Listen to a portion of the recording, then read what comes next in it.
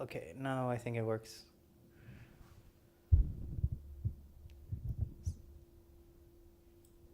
Yeah, okay. Right, so sorry about the microphone. I was having a little bit of an issue there. I was gonna make sure that it goes through YouTube as well. Yeah. Cool. All right, so welcome into another stream. Today we are continuing on some more rain and thunder. So last time, oh, it's not really sharing the right nuke script. Here we are. So last time we did sort of like this shot here.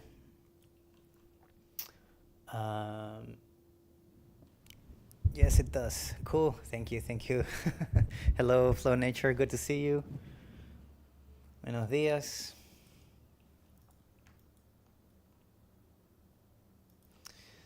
So, yeah. So I was kind of like very happy with this last time on this shot, and I think. So let me see if I can swap the over to the other app here, or to the other shots. There we go. That must be a better way to do that, like swap between the nuke scripts. I'll figure that out, I guess, as I go. But yeah, so the this one is basically having sort of like the same setup, but I never got around the shot to sort of fix to sort of fix the lightning and the rain, and I think I've sort of tweaked that a lot on the other shot. So I'm thinking actually just copying over the whole script and just readjust like position and everything.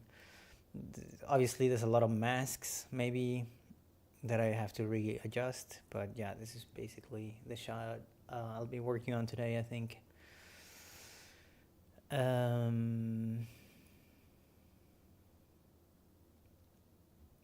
The lightning actually looks pretty cool in the shot, but I think it's maybe a little big, a little too close to the actor, right? And we want it to be sort of like subtle up in the sky.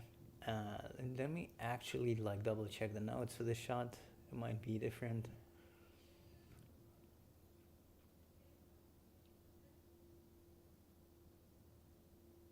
Yeah, so basically more subtle, and the rain is good.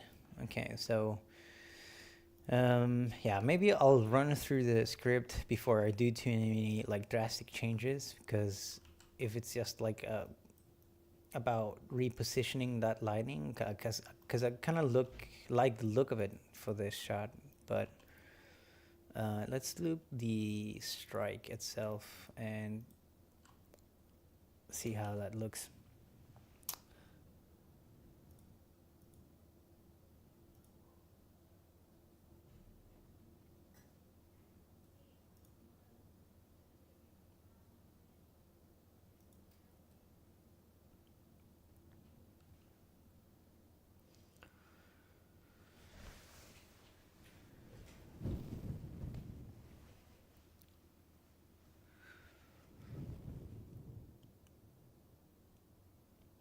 Yeah, so I see that, here we have like different size of raindrops, right? So we have like large ones, small ones. It does look quite good. I think also I have like these huge splodges, I think, that I see also. If I remember right, I think I did something very, very, very, very close to the camera. But let's see the strike itself. So we got the big flash.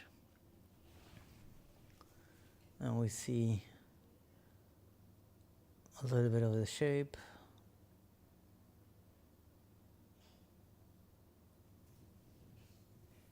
And yeah, has a hard time playing in real time. It's a little heavy.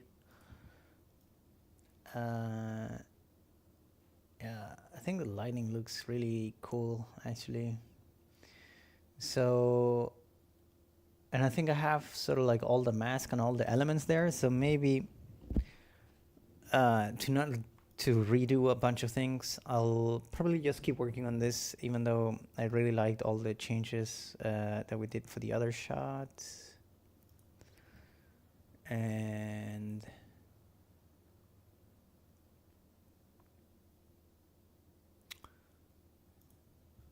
so yeah, let's keep building on this.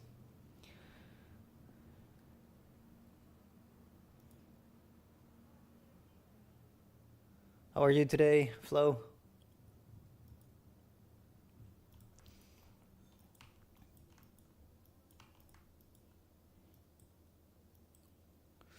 Right, so I think most of all it's a sort of like a positioning thing with the lighting stuff, and so I might just steal over the setup, which is just the camera scene and the skyline render from the other one, and put it in here. And so basically we got like that card, and I might want to disable this, transform, create a new one to reposition it, and hide it more like up in the clouds. Maybe we'll go the other way, you know, something like that. This looks pretty cool. Right, so we then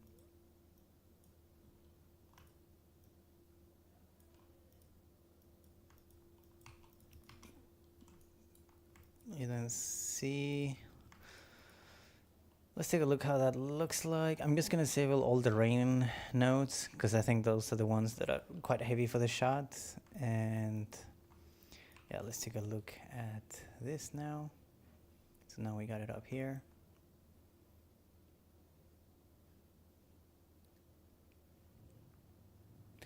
I'm tired making coffee right now. Ooh, a coffee sounds amazing actually.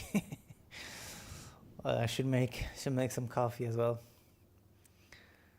Yeah, I'm also feeling we're getting close to the weekend. I'm also looking forward for a proper break in the weekend.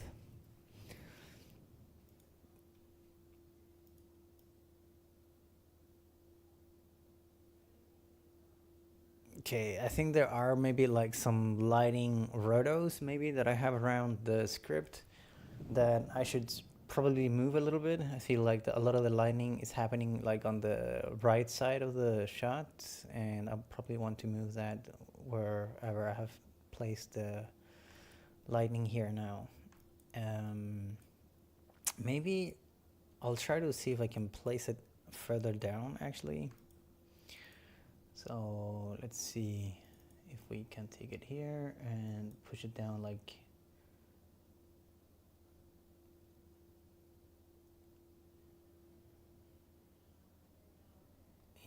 something like that. Looks pretty cool. I might want to take the lower leg and see if I can flip it around so it goes this way instead of going too much downwards, because I feel like it's getting like it's pointing at our actor, which is not necessarily a bad thing, but I think I want to hide all of this stuff and basically behind clouds, right? So I'll see what I have here. Yeah, so I have everything in one node here. So I think this is probably one of the earliest lightning stuff that we did. So let's see if I delete the first one. Or not delete, but just hide it. We get it like that. Let's see how that looks like. Oops, here. Yeah, so I got rid of that leg. So it's basically these ones, which is super cool. I just kind of want to move them a little bit. So I know it's brush 1, 2, 3. So I'll disable them here. I'll copy it over.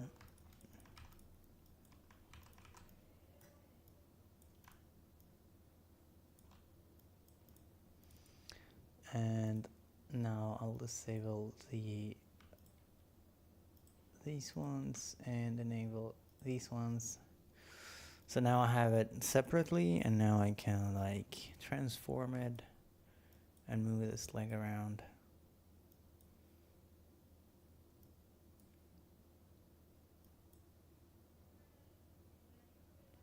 Maybe extend it from here or something.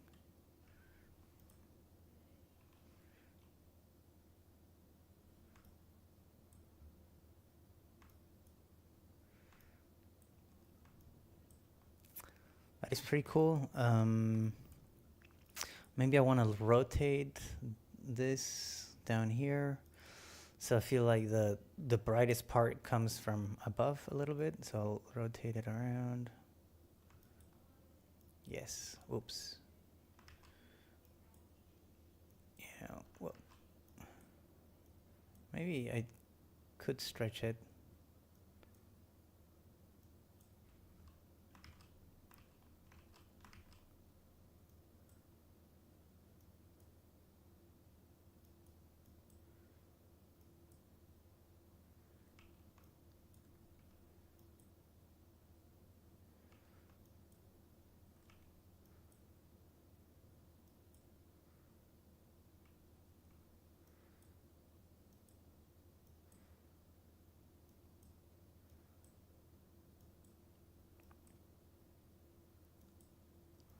Okay, I kind of like.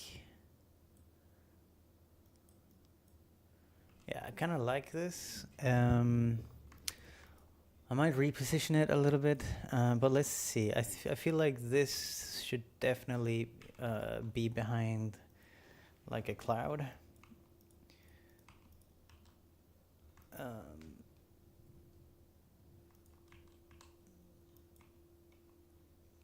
So we got a mask here for this. We are stenciling that.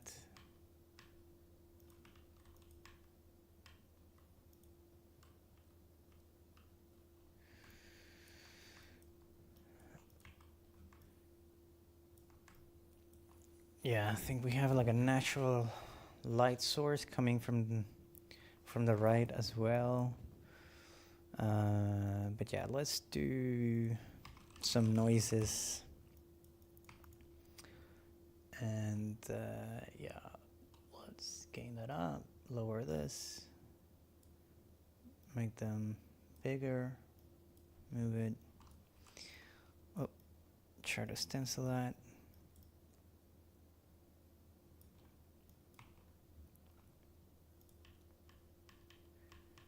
Okay, so let's see it down here.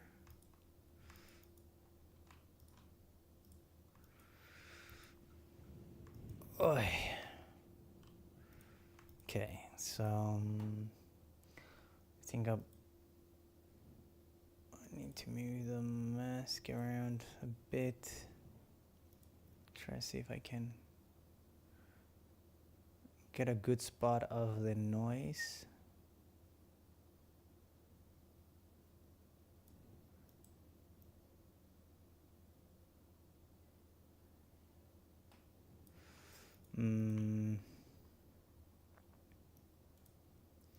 More gain. More of this. Let's blur this as well. Let's see again. Okay, starting to help. Let's move there-ish.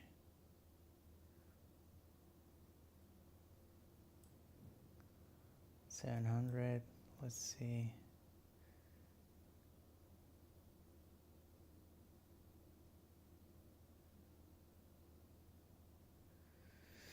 Might be hard to exactly move. Well, here we go. The noise exactly where I want it. So I was thinking about like doing a roto shape, but it seems like I found the exact spot. I blur this, and I'll copy the same noise and plus it here or screen it, and then I'll make it like tiny just to get like some smaller detail, and we blur that as well. As you can see, yeah, the smaller patches that we're sort of blocking out. Maybe blur it a little bit less. There you go. Okay, let's see it play out.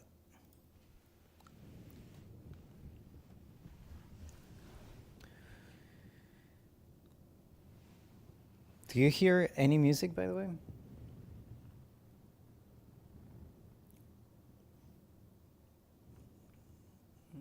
Not sure.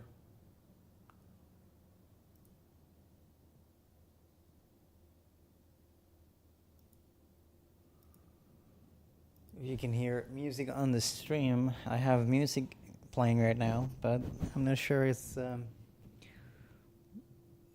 it's distracting or if it's even going through the stream.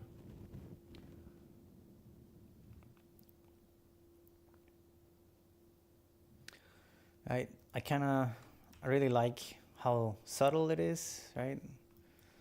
I think it's feeling quite good.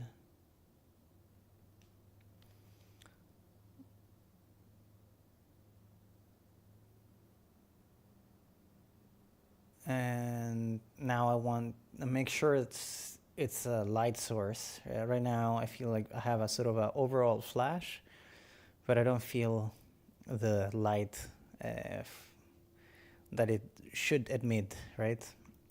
So I'm trying to see how this is built up. We have an exposure node.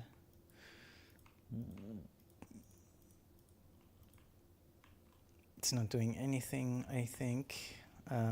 Probably because I changed a lot of the size. It seems like this road is killing it. This one as well. The blur as well. The blur as well. Okay, let's see now. Now the exposure is doing something, but yeah, these are like massive blurs. So maybe like, I don't know, 45.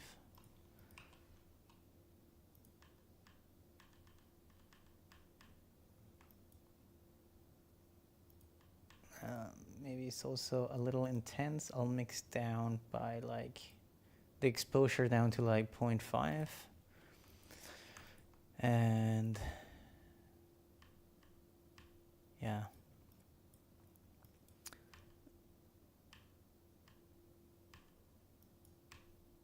What does this do? This is like a light wrap on the clouds to illuminate the clouds a little bit, and that's actually what I'm a bit after. I'm put a gain here to see if I can boost up that area, multiply it maybe by 2, 3, 4. Let's go.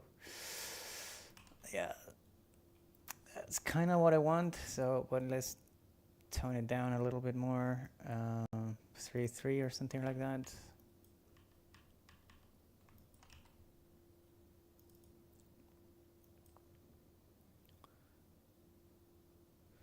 Okay, and then we have,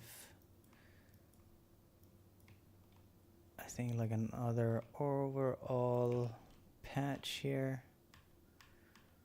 It's also not too strong. So I copied over the other grade node just to see if I could boost it up. It's also mixed down.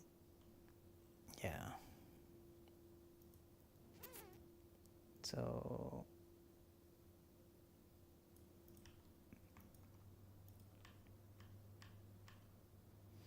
might do like a contrast here just to have like more holes and lights. And this,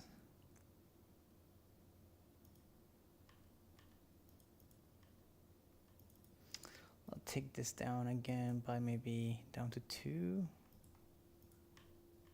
No, 3 was good, I think.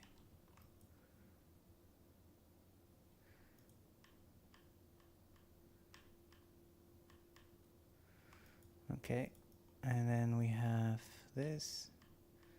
That's sort of the overall. And yeah, I think that looks okay. Let's check. Okay, yeah, so it's picking up on the lightest area. So I might want to do a roto shape to put in here, put it to mask. And I'll make a huge selection around the area where the lightning is, and then I'll feather it out from there. So it feels more like the lightning is coming more from the left side than the right side. So you can see the difference with a mask. It's subtle, you know, but it helps make this the light source. And then we have another grade here at the end. I'm not sure it's picking up on anything. Here we have something, and I transformed it to be huge, blurred it, masked it. Okay.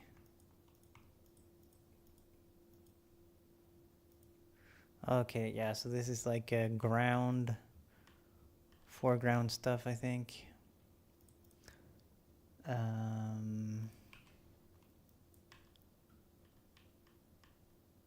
It's not doing much. Let's see. I think I need to adjust. Yeah, so it was taking from the alpha from up here before, and now the alpha is very subtle, right? So again, at this point, it might be easier to just take like a rotor shape like this instead of a keyer. So I'll try to just do that.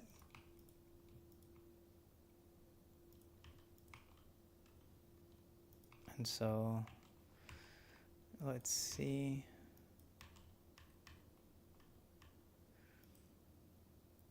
On the flash here, okay.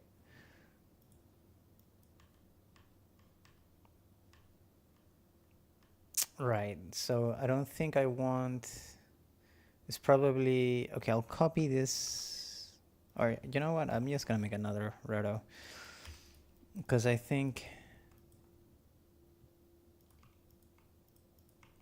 I have a ground selection here, and I wonder, yeah, so I want this to be the lightning, but I don't think I need it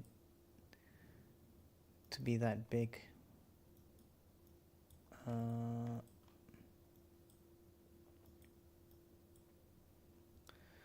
So let's see. Okay. If I move this around.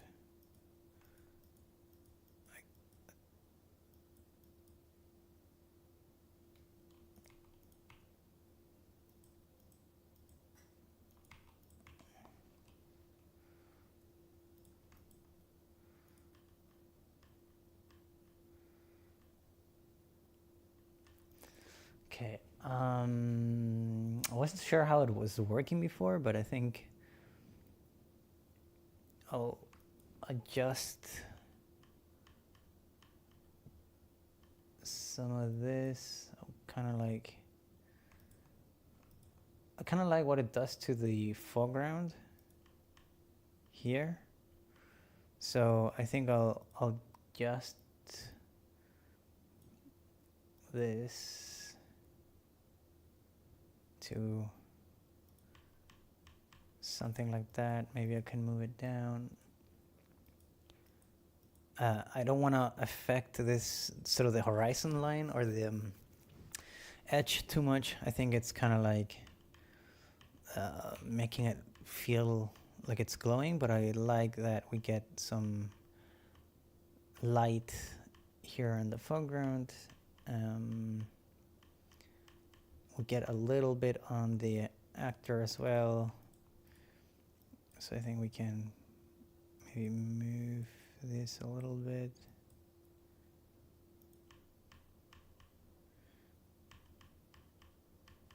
Yeah, something like that, I guess.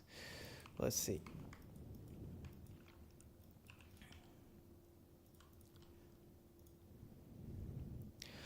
I don't hear music. Huh. Okay, that's interesting. I wonder why.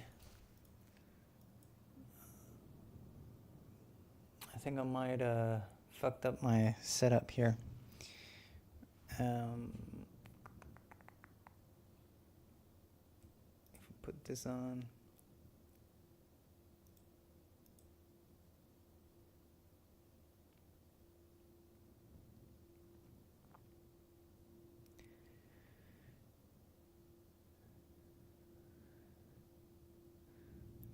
Now this should be music, I think.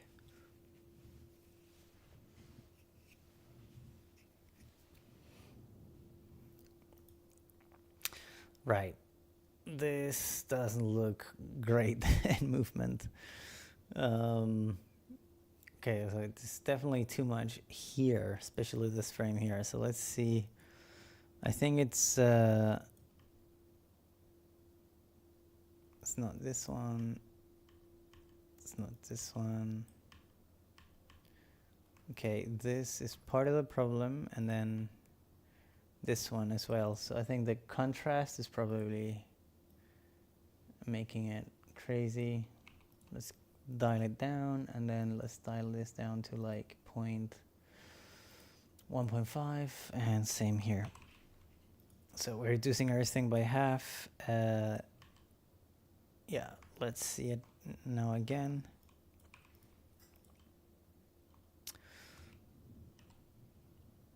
Volume is very low.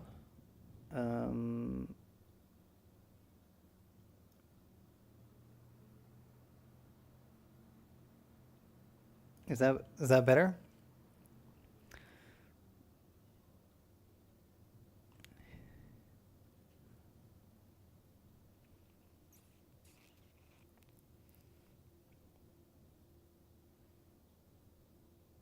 Cool.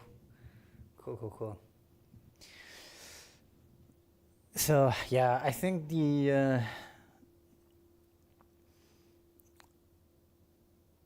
yeah, I think it looks kind of good, but it's quite extreme. I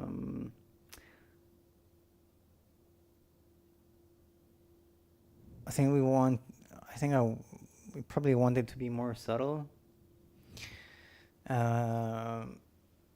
So yeah, I'm just gonna see it play a little bit and see how it feels. But yeah, it feels like the lightning strike is like very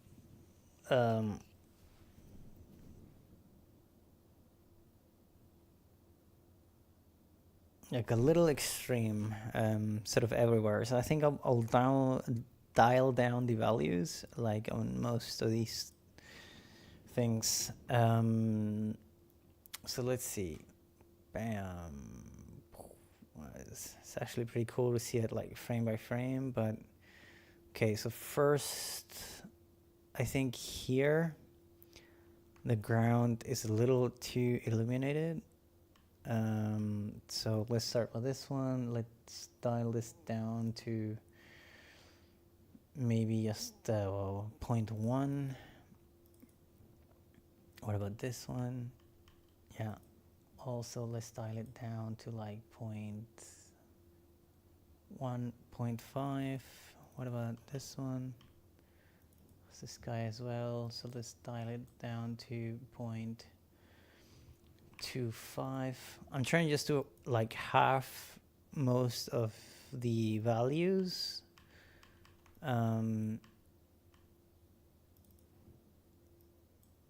So 1.5, 1.5, exposure. Okay, let's take a look at it again.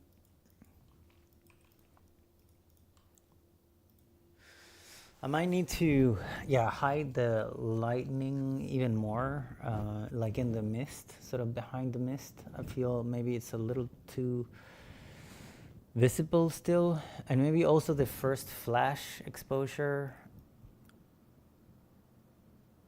I think that's cool actually, that we don't see much here, but it's like flashing up the whole image, and then we get a sense it grows, we see it a bit.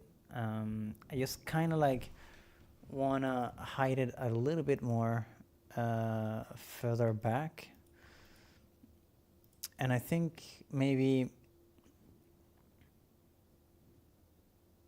what I could do is just to mix down the lighting by like 8 instead of like doing a bunch of stencils.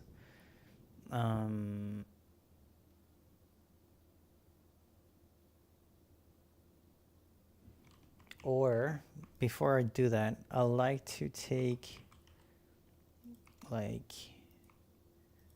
a here, probably this one, and then try to stencil the lightning with that just to see how it looks.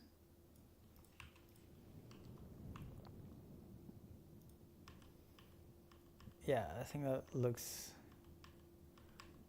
it's kind of like exactly what I wanted.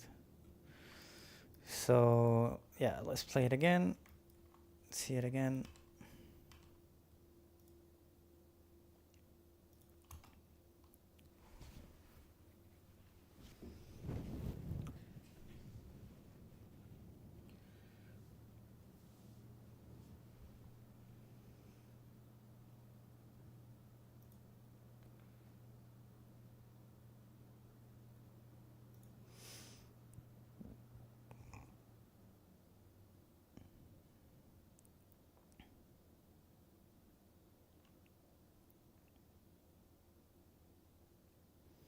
Yeah, I think that's cool. I think it's way more subtle. It's sort of like hidden out there in the mist. And I think, so I'll try to see if I can play it with the rain and see if I need to do any adjustments to the rain as well. So I'm just gonna enable it and go here.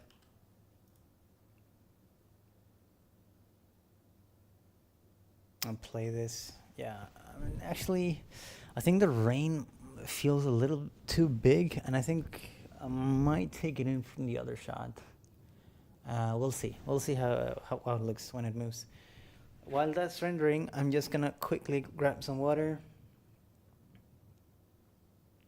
Yeah, I actually did a little update on my showreel. I haven't updated it for so long. And I have it on this page here on the OBS.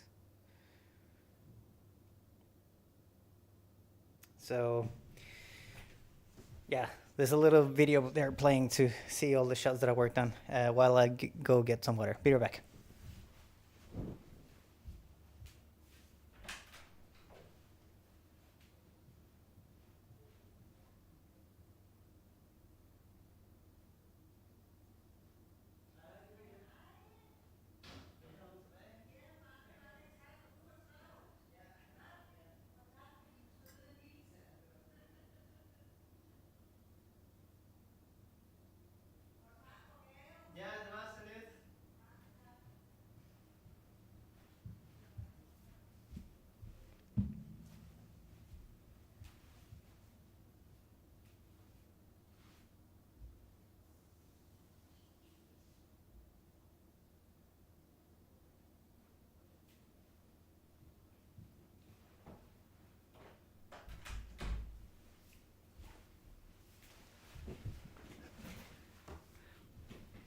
All right, back.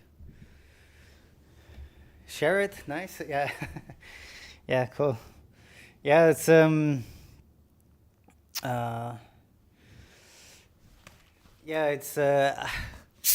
sort of the most recent stuff that I'd done, and some old stuff in between, because I had such a hard time trying to find a lot of the shots. And also I recently worked on a movie that is not even announced, that I've done some pretty cool stuff on as well. So looking forward to see the trailer and the movie also. So a lot of glowing lights. Yeah, I like that. Yeah. It's been fun. I think it was last year that I worked on a lot of Star Trek stuff. That was a lot of fun. I never really. I've always been sort of a Star Wars fan before Disney, and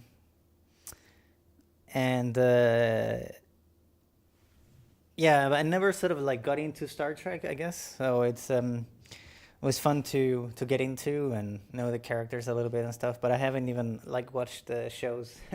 Actually, I haven't watched much of any of the stuff that I worked on, to be honest. Which also makes it a little bit hard to find. Yeah, a lot of stuff. I really like the rain here. I feel like I see the small drops, the larger drops. I just feel maybe they're a little bit too thick, like some of the strokes. I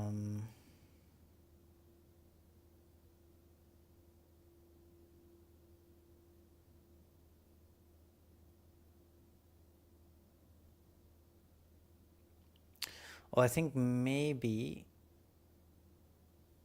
I feel like they're maybe too visible, like on the upper part. You should share your demo link on Twitch or YouTube so that people can see your work. Yeah. I've been. Yeah, I should. I really should. Yeah, it's usually. I think it's tricky to show. I think some show reels, right? Like. I think like a lot of artists can get into problems. um, they're usually like not.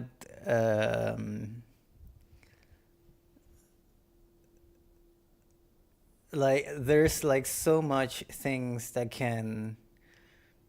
Okay, so yeah, I don't know how to even begin this one, but yeah, it's tricky with show reels because yeah, like show reels usually we have to like upload them behind behind some passwords, and we only show them to the studios we apply work for usually, right? And it's just because I think a lot of the time, like if it's too public and you kind of like showing a lot of the like before and afters, it's almost impossible for artists to do that, right? Like we need to like request permission for specific shots and so on and so forth, and it's almost impossible to get like permission from the studios to show like before and after. They can only do that within a company show reel, but as artists you can almost never get those type of things. So you can do like swipes and you can see like, oh my god, like the shot look completely different. And I think the reason why they do that is just because like I think it could backfire the movie's promotion if you see like some of the stuff behind the scenes that is sort of like not supposed to be public, or it can be viewed in a bad light, right? So sometimes, so that's why it's so hard to be able to show work. And also, like I worked with like documentation work for Apple, for example, right, where we did a lot of like confidential work that I can absolutely not talk about and never share any work ever, right? So I can only say that I worked for them and I did like a huge documentary sort of like series about their technology, but that's it, right? And it's for them to use, but I can never show that work or really go in depth or talk about it or anything, because it was a super confidential work. So it's super hard, honestly, to like be able to show a lot of work, and so that's why, like, yeah, it's also tricky, and also I'm not like archiving a lot of the work. But you're right. I think it would be nice to. I think a show reel, like, it's sort of done there. I think it's okay to show because you're just showing the final images and there's like no behind the scene type of thing. So I think like something like that, I think it's fine, right? But yeah, it's tricky with show reel stuff.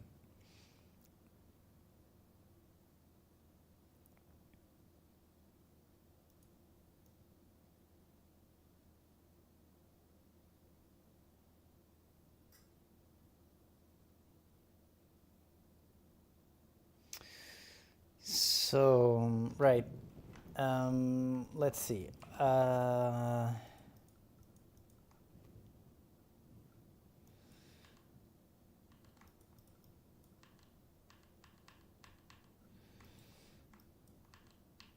Yeah, I mean, I just think I want to thin them out a little bit more, and I probably want to try to see if I can, like, defocus the rain on the top here.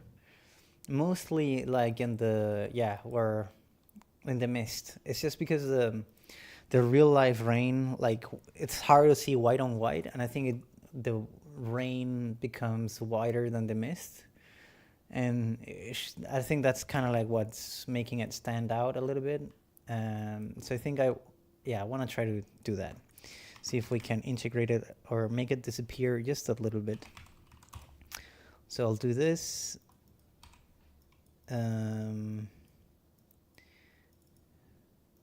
I'll blur this by 3 or something like that, and then try to just like select the worst area here, or the most visible area. Make this bigger.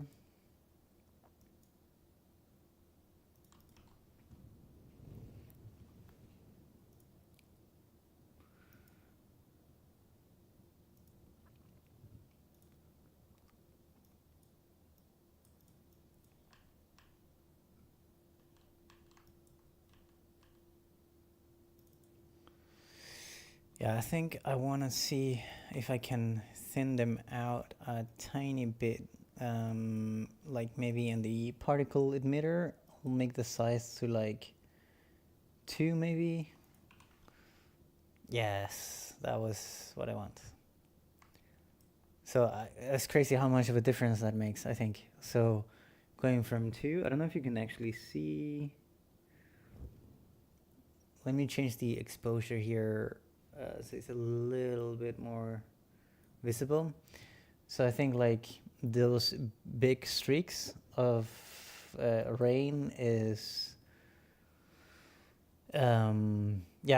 quite like I think a little too big, and I think like as soon as I just took them down to like 0.02 from 0.03, it makes like it makes them sort of like disappear a little bit more, and makes the rain like a little bit more subtle, which is good. So that's exactly what I wanted. I think for this, so let's see. Yeah, so I have these big splotches of rain that we made as well. Like these are very close to the camera. I kind of like that one. I don't need necessarily to do anything more to that. I think. Oh, and then here we have the smaller rain droplets, or droplets, I guess is the right word, right? And I'll link it into the same, so they become like a little softer, like around here, and also helps create a little bit more of a spatial depth. Super crazy subtle stuff, but all these things, you know, they add up and make it look nice.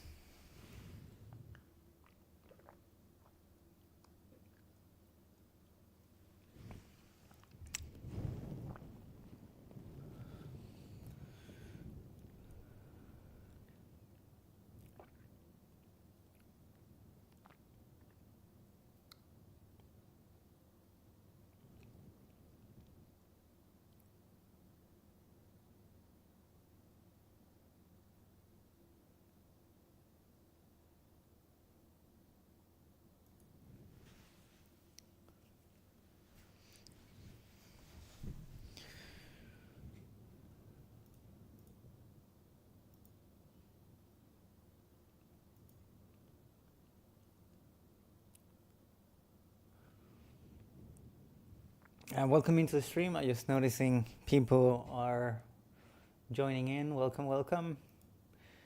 Yeah, we are working live just on an indie film. Just super fun to be able to share it. I think it's really like the first time that I'm able to share some work. Sort of like behind the scenes in real time. I think it's super fun. Also, first time streaming ever, so I'm super bad at it. So please, yeah, bear with me as well. But it's been a lot of fun actually streaming. I didn't sort of like expect it to be that chill. I think I was quite nervous about it at the beginning, but now like I think it's quite fun actually. So thanks for joining in and being part of the stream as well.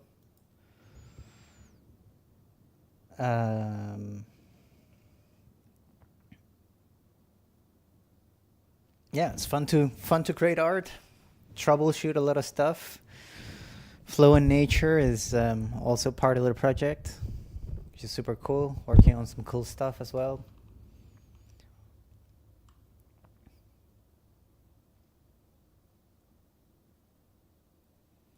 Yeah, I think it looks really cool.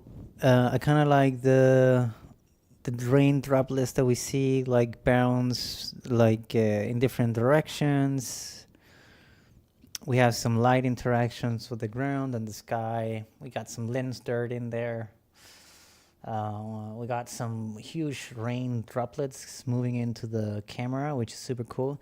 I think I'd like to try out one little last thing. Because it's so misty, I feel like we can play around with another element. So I'll disable the rain for now because it's a little heavy. But I think like we could probably play with like noise again and make it like enormous. So something like that. And basically I want this mist to move throughout the shot basically. Okay, maybe we went a little big. No, bigger.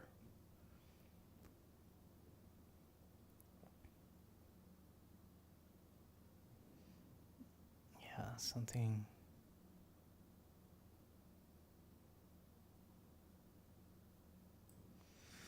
Yeah, maybe it's moving like a little.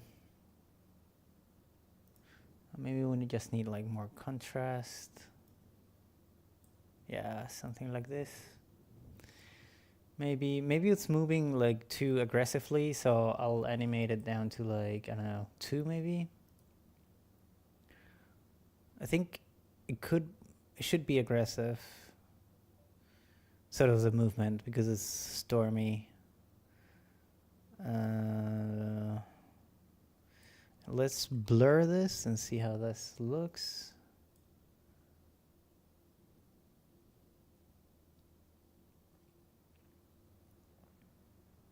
Okay, I gotta be careful. I'm seeing that we are sort of like clamping.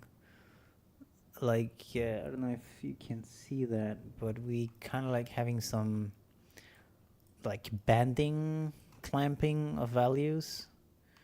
So try to see if I can get rid of those. Yeah, maybe it's not really gonna be visible that much.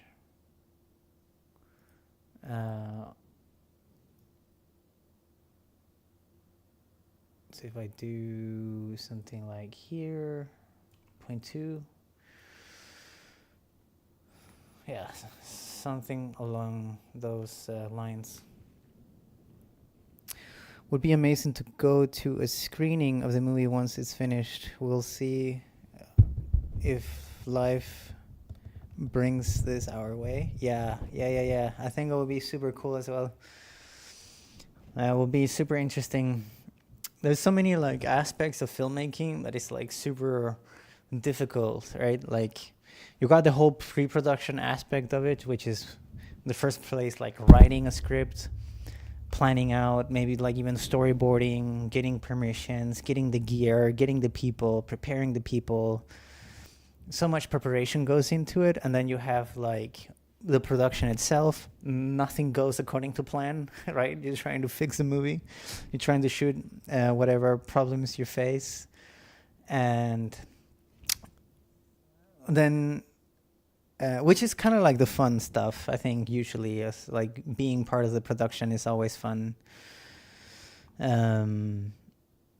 And then you have like the post-production, which then, you know, it's like fixing all the sounds, getting the music, and doing all the compositing, VFX, whatever you need to do, fix it, clip it. Maybe it turns out to be a completely different movie once you edit it. And once you've done all that stuff, it's all the marketing. How do you sell it? Where do you get it to? Where's the audience? Where can you screen it? It costs a lot of money to do all that stuff, and yeah, it's just so many aspects to do, right? So like being an indie filmmaker, it's a lot of work. I mean, I think just being a filmmaker is a lot of work, and I think that's actually a fun thing about streaming that I sort of come to appreciate, I guess. It's like how simple it is to just go live, and you don't have to worry about it, right? Like I don't have to like worry about editing. I just have to worry about not saying too many stupid things live, right? but that's basically it. It's so much easier to sort of like stream, right? In that sense, I think obviously like I have no idea about the streaming world, and so it's also very new for me to learn. But like the whole, I'm just talking about sort of like the craftsmanship behind streaming, I guess. I guess you can do like very complex streaming setups as well.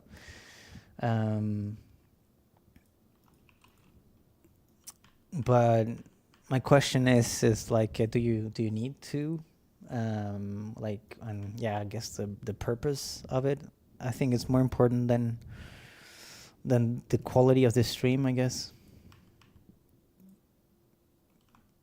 But it's like that with everything, right? But yeah, I don't have to like worry about distribution deals and platforms and gathering, 10,000 people to shoot something and writing a script, and I just show up, go live, and make a fool of myself, which is fun to do also.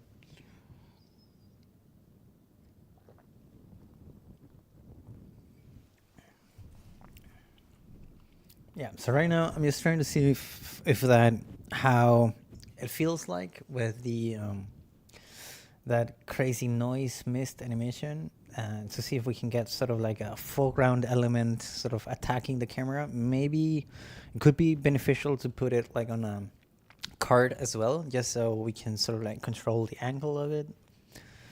But let's see if it looks good or if it looks bad. But yeah, I absolutely agree, Flo. Like I think it would be super cool to go to a screening of the movie. I would love that as well.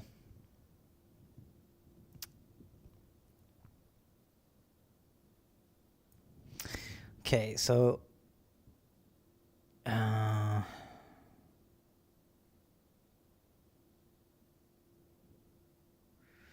okay, so it's quite interesting. I see a little bit of it like move around here, but I got, I think, some exposure or something picking up on it. It's just like glowing it up around the edges here.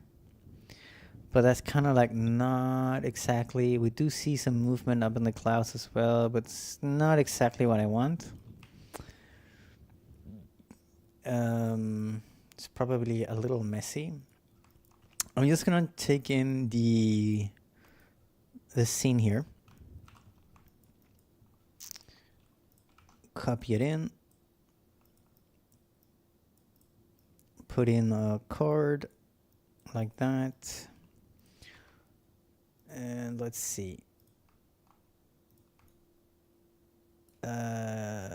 Right, let's make this card bigger. So here I might want to, I'm gonna project, I think.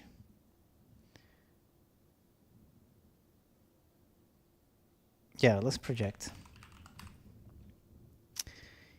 I'm kind of thinking because the card is skewed and I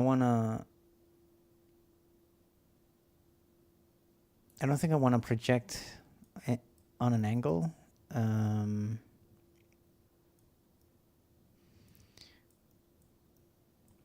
Yeah, let's see. So let's frame hold the projection here.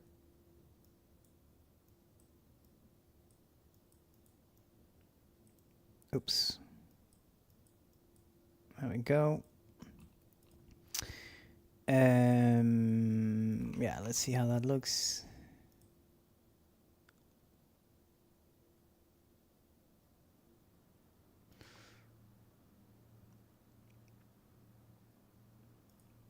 Yeah, so it looks the same as this because we're sort of projecting exactly from that angle, which is sort of like what I meant. So I'm not sure. How do I do this? I kind of want to project from another angle. So I'm going to copy the camera and project it from like from here.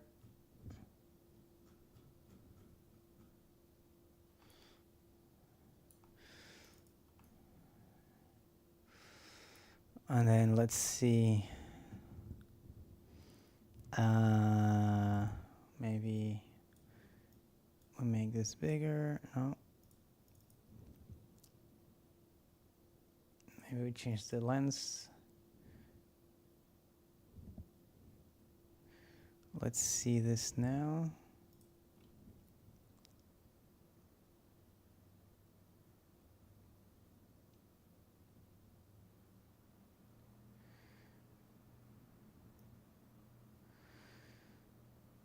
So now it's like a little bit more on an angle, but I'm still kind of like not really convinced by the movement of the noise.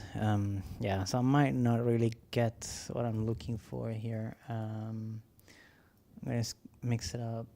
Also, just gonna gain it up just to be able to see the movement, and then see if we can tweak it in.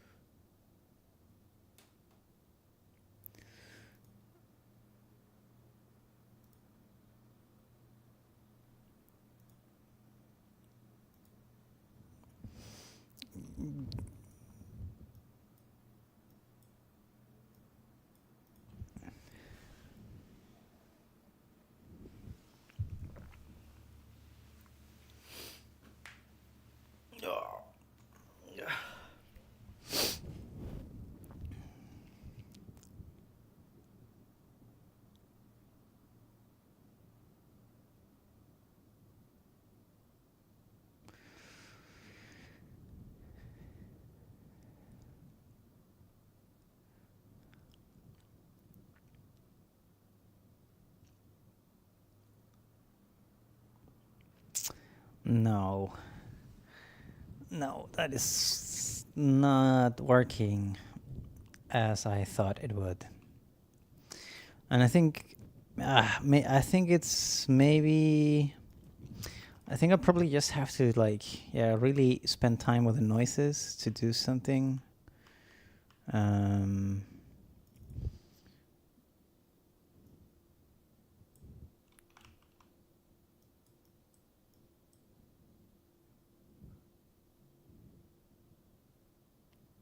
I'll try to see if I can build on this. If not, if I'm not convinced by the movement, I might let it go. I just thought it would be cool to create this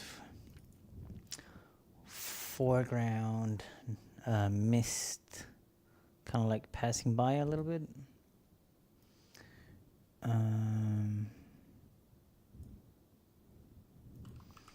Let's blur that.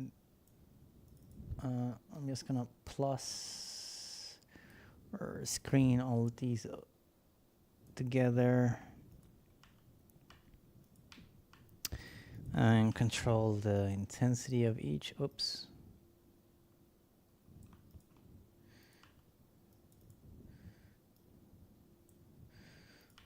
So I'm just trying to create like more depth.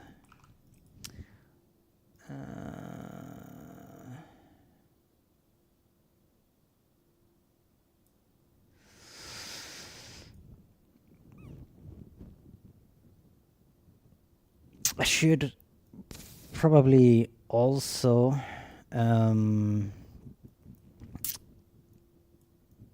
create like different cards so they're like in different depths. Right now I'm sort of mixing all these noises just as one layer.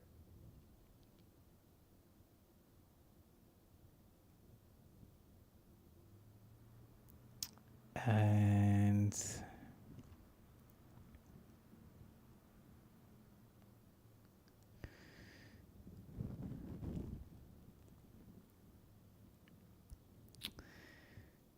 yeah, I'm trying to think about what's the best way of doing it. Like I could create like multiple cards and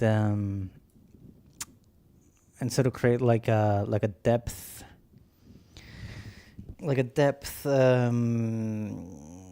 layer system in a way. But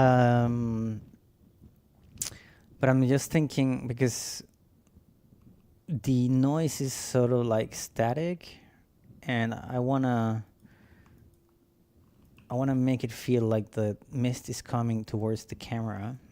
And so I'm just trying to think about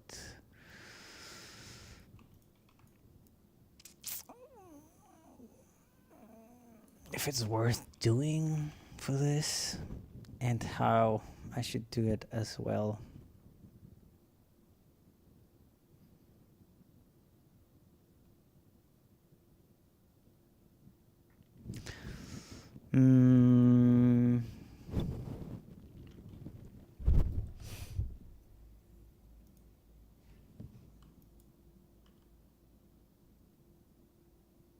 Yeah. Do I want to do it? That's the question. Do I want to do it?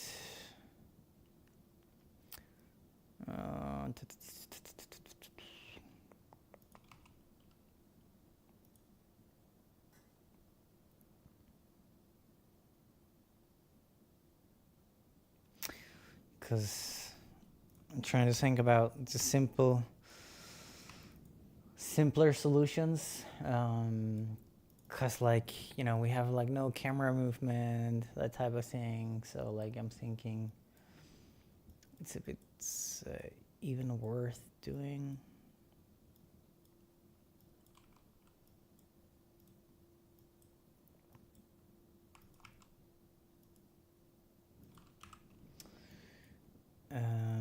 Like in a way,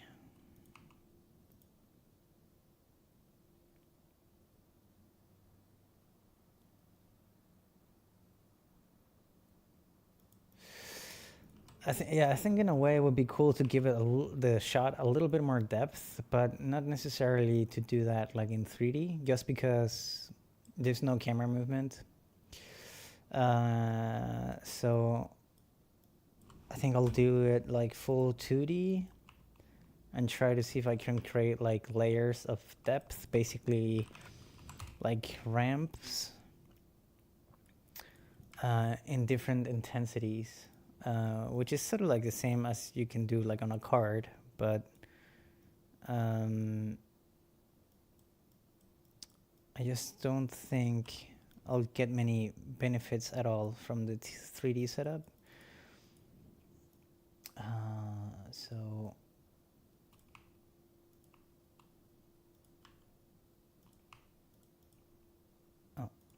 this stencil.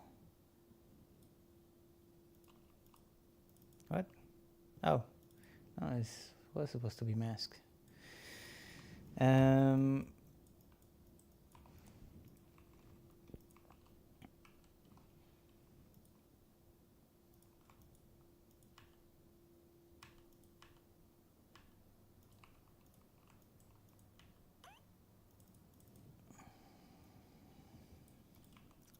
Why? Oh, I got confused there for a moment.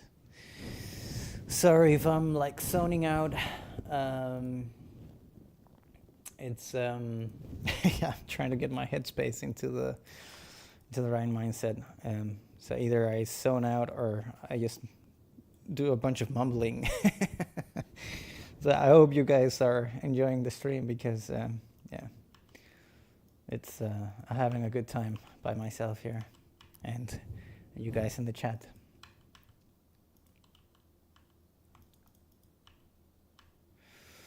Right. So let's see. Okay, I like this noise. This is good. That's good. This is too strong. Let's tone it down. Yeah, something like that. Blur it a little bit more.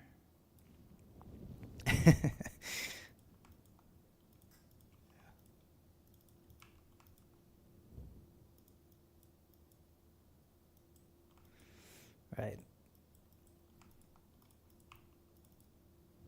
Okay.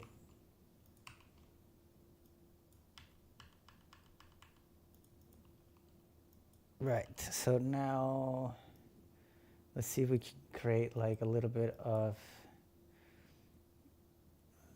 some subtle depth layers.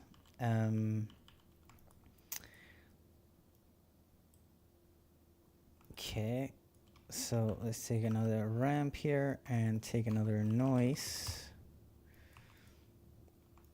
Let's just make this something like that.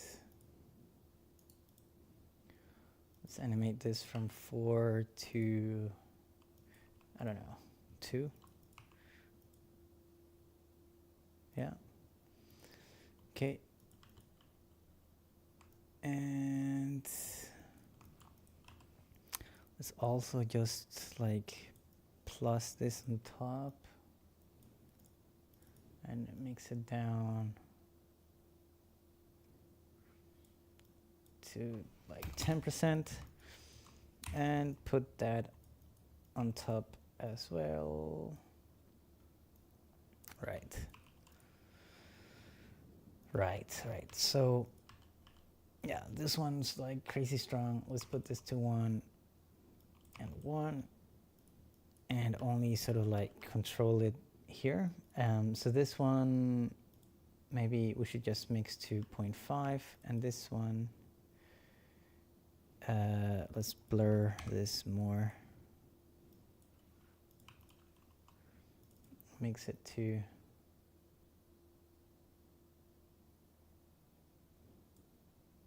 yeah, I don't know, 10%.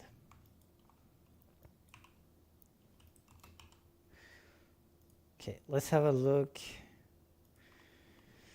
If it looks too weird, I'll probably just remove everything. Good to see it's not just beginners who play with nose back and forward. Yeah, yeah.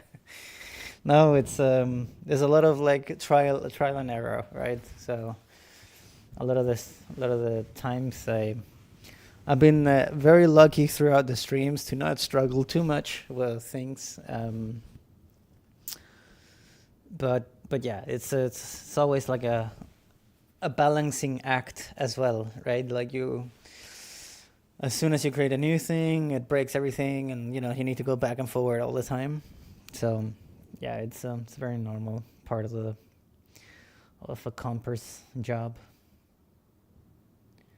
And some ideas just doesn't turn out to be super good also. Like this foreground stuff. Yeah, I kind of like wanting to create more depth, but you know, it's not been a request as such. I just feel like it could have brought a little bit more life to the shot, but I also think it's a lot of maybe a lot of extra work that I don't need to, but to do, because this hasn't been a request. Let's mix this down to like 10% as well. Let's check it out again.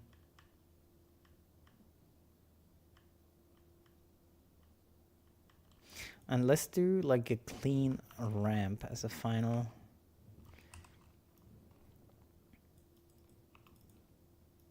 And we plus it as well, and then we mix it like super low to like 3%.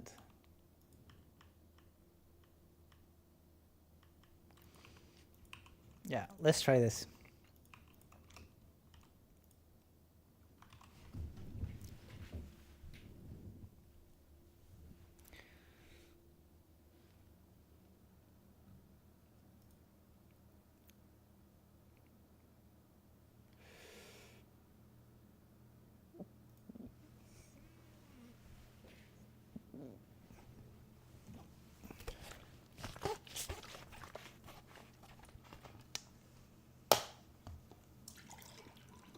You know, so for some shots that I think worked on, also like in the industry, you know, you're talking about like playing with notes back and forward like all the time.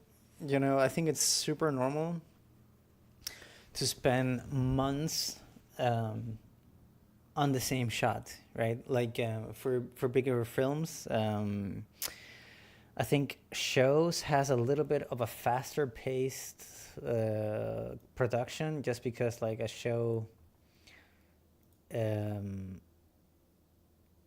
know, has so much more work, because we're talking about like 10 hours usually, right, of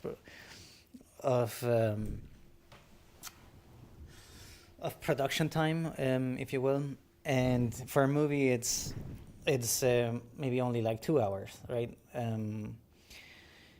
So for when working on big films, you get like usually more time, but there is a lot of time that is being spent as well as R&D, which is like research and development for a lot of things, right? So like, let's say we have like King Kong, we're making King Kong movie, right? And so like if you're gonna do that, you need to like spend time figuring out, okay, how are we gonna do King Kong in this movie? Should we, you know, do it like the whole 3D thing? How detailed should it look? How hairy should it look? How angry should it look? Like all these type of things, right? So there's like a bunch of time spent in iterating on King Kong before it's sort of like nailed down.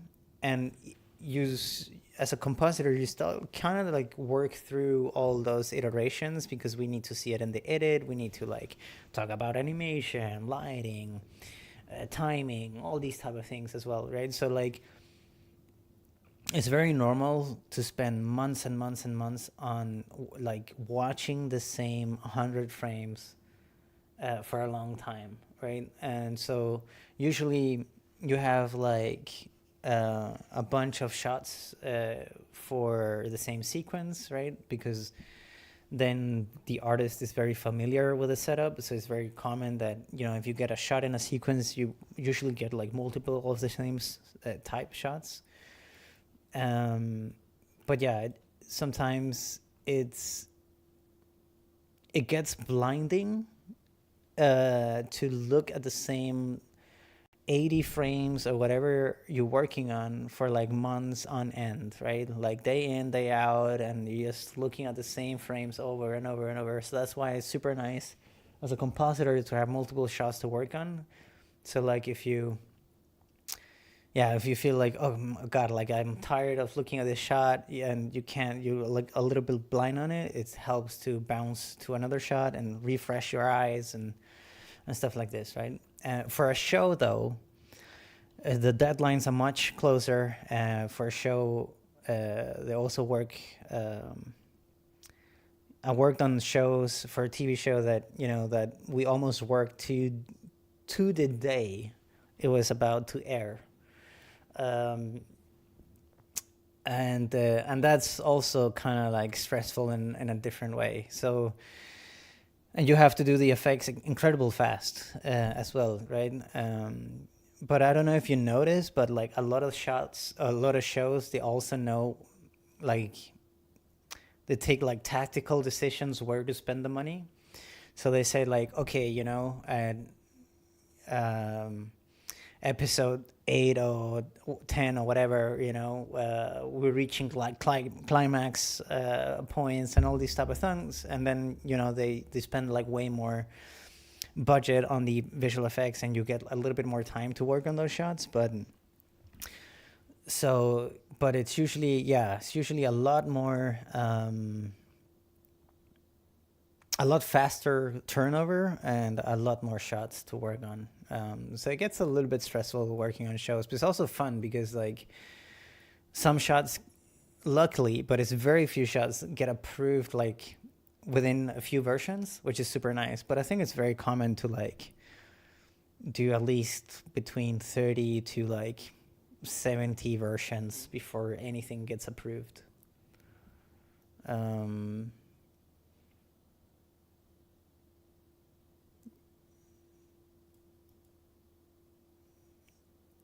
And actually, I'll maybe.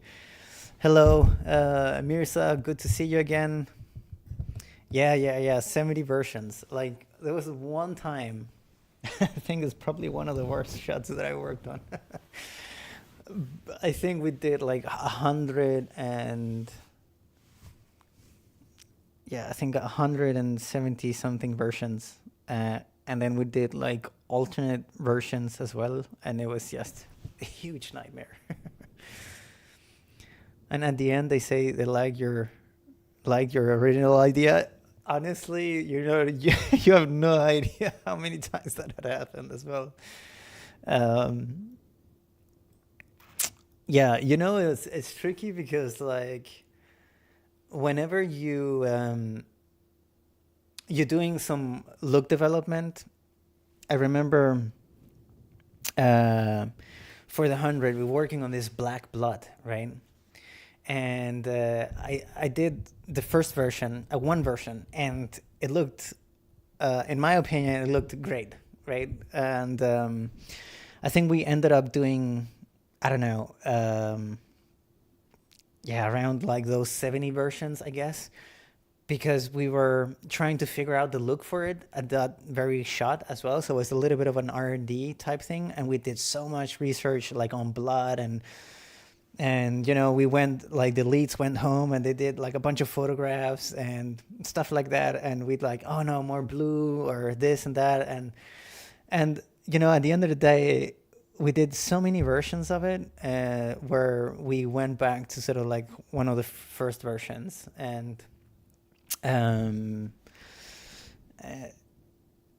so stuff like that happens, but usually it's when there is like some like research and development section that hasn't really been figured out yet, and there needs to be like, it needs to be approved by your lead, it needs to be approved by your supervisors. Usually you have an in-house supervisor, and then you have sometimes you have an external supervisor that is working closer to the director, and it needs to be approved by the director as well.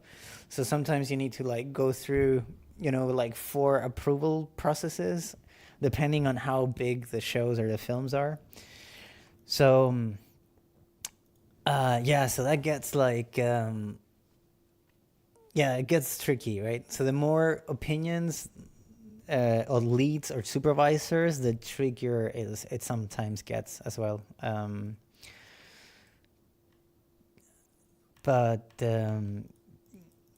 But yeah, like stuff like that, it's common. I think it's part of the industry.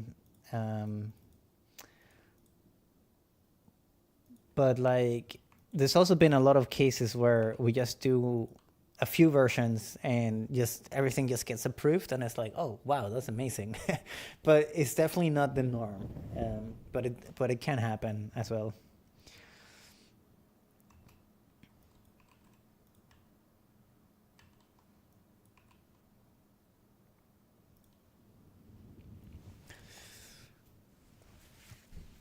And also, yeah, it's also because like I think working on bigger stuff, there's always like a lot of artists and a lot of departments you need to work with as well, right?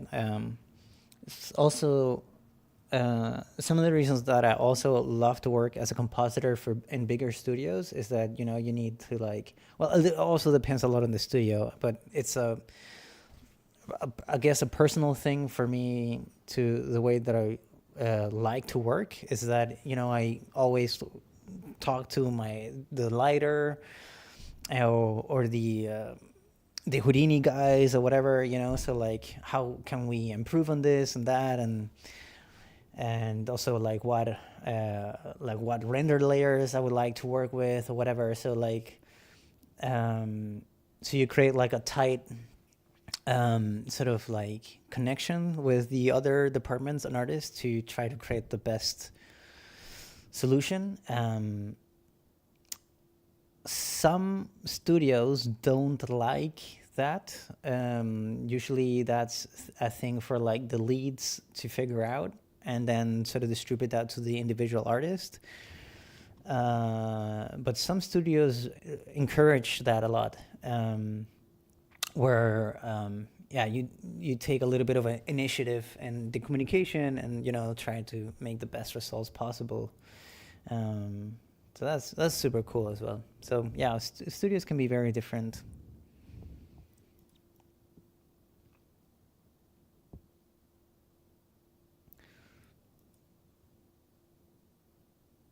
Okay, so yeah, I just kept in sort of that mist. I put it super low.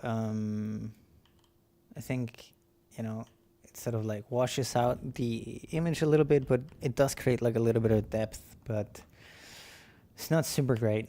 It's not the best thing. It's very toned down to like 5%, 5%, and 1%. It's really tiny. But it does a little bit.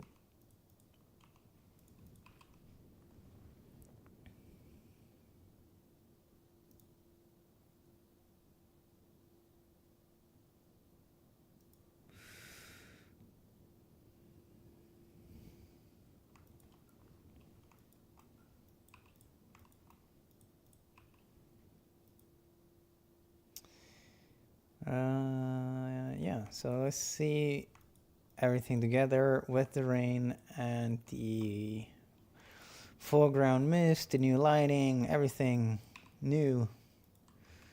Yeah, let's take a look at it.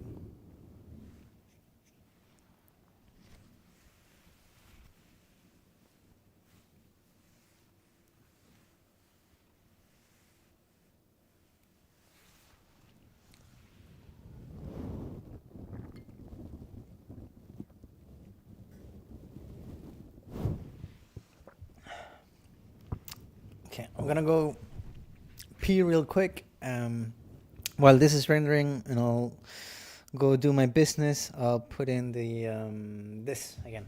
All right, be right back.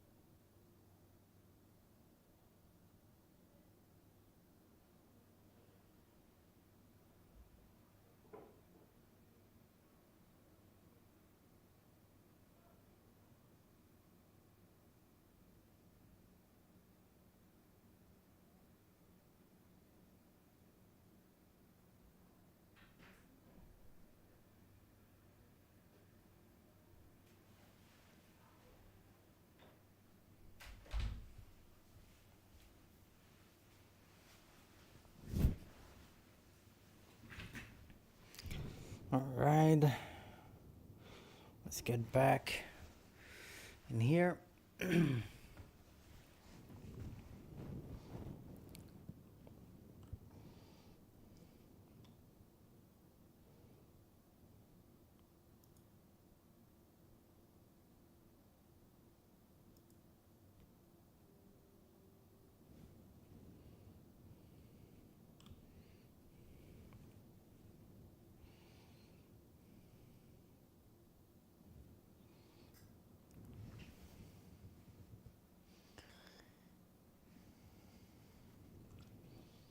Well, it's taking a while.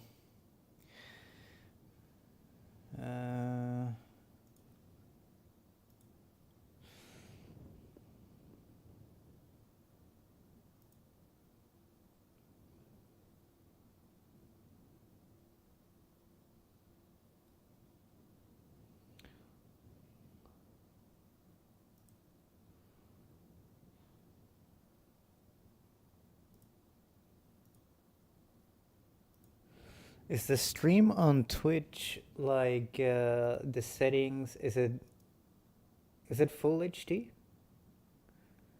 I see that it's 960p. I wonder if because I get like a bitrate complaint again.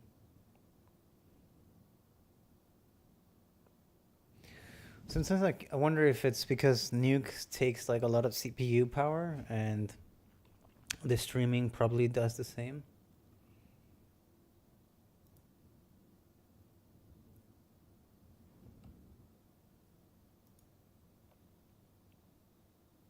Yeah, let me know if the stream doesn't look good. I'll try to look into the settings.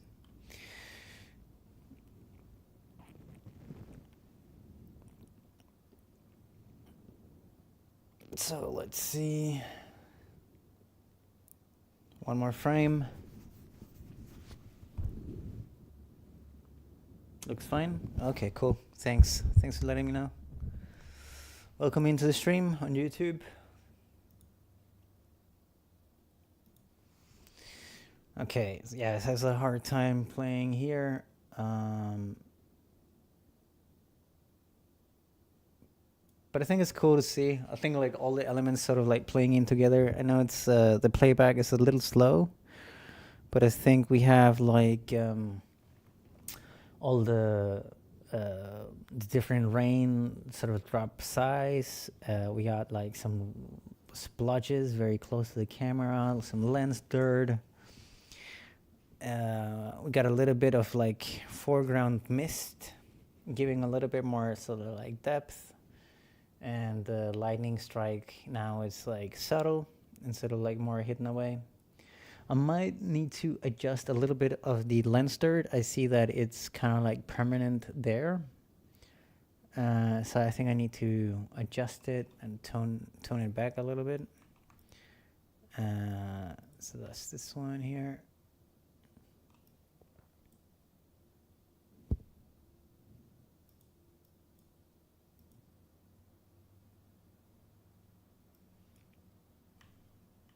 Yeah.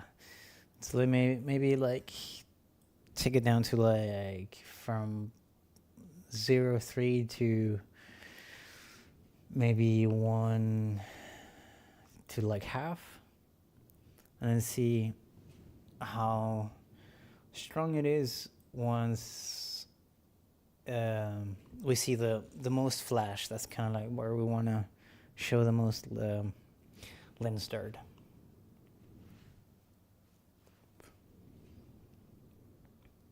Okay, so it's here. I might need to retweak the keyer here a little bit.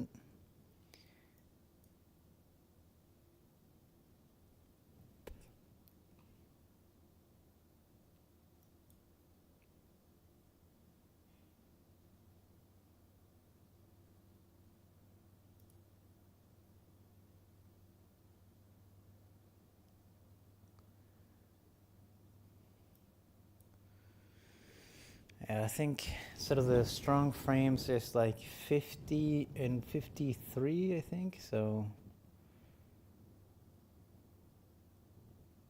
yeah, 53. So I'll try to see if I can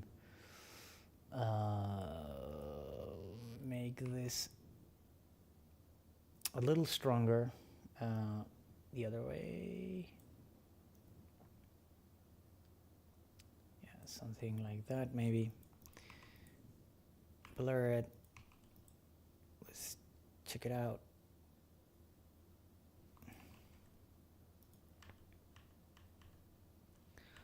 Okay, so now we see the lens third, and let's see.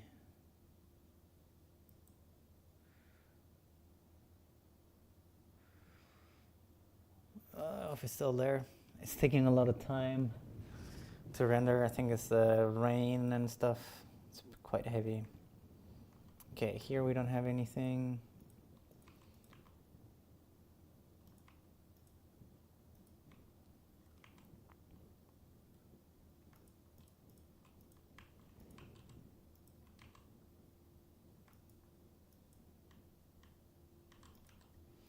Yeah, maybe it's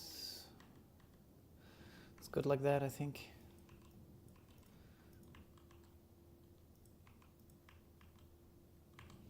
Okay.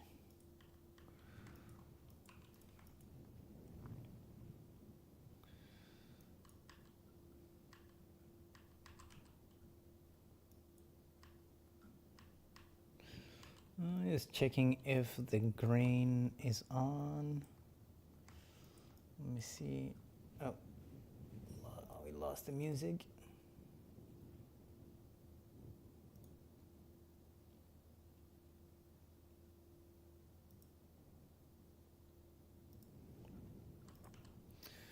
Right.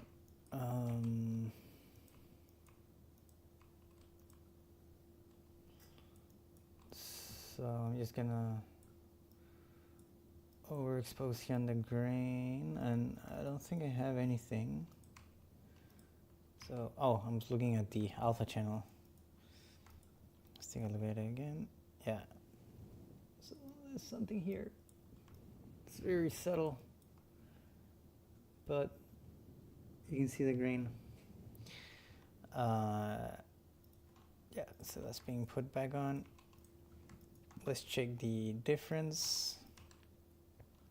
Yeah, so we have manipulated the shot a lot. Oh yeah, let's disable the color correction here. Still loading. Yeah, so basically these are all the effects that we have done, right? So we have a bunch of rain, mist, lightning. Let's check like 53.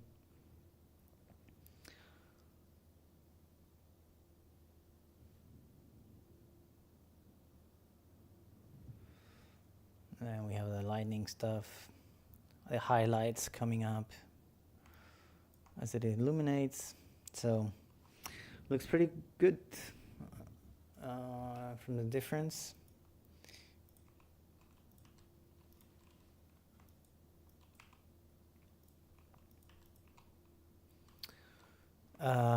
Maybe you should see the old version just to compare the two. Let me find it.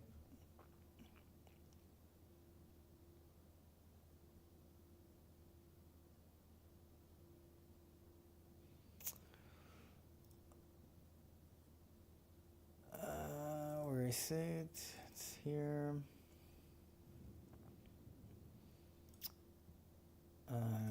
It's shot 21.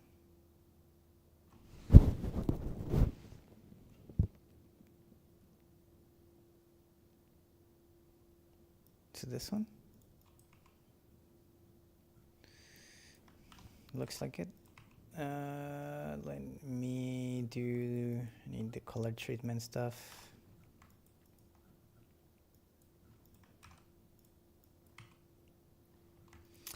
Right.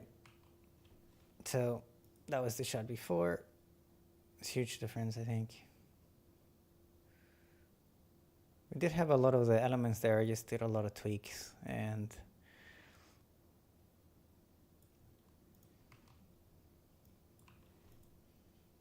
yeah.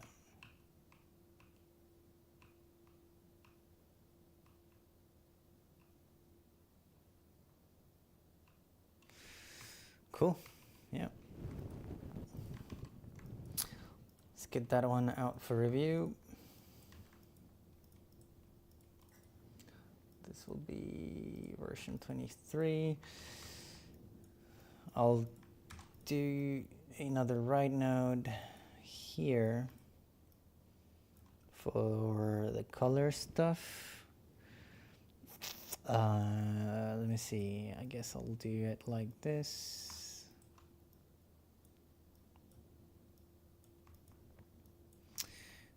And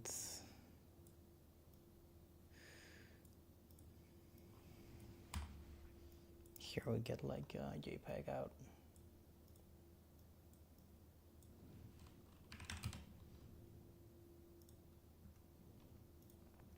I actually think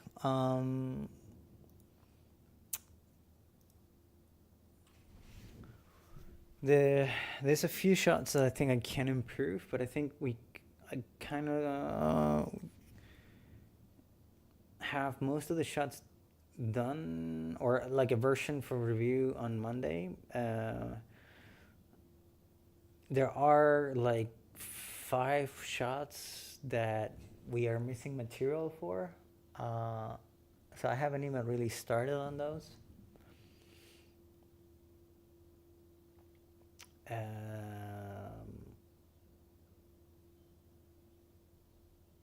Yeah, and I think the rest is good for review, actually. So this is, I think, the last shot that needed a little bit of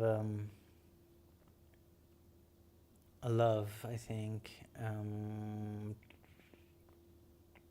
Trying to see. I can't remember. I know I worked on the. We did the car bus lighting pass where the lights happens behind the bus, but I can't even remember how that shot looks like or how far I got with that. So I might take a look at that shot, see if I can improve it a little bit. Here we want this.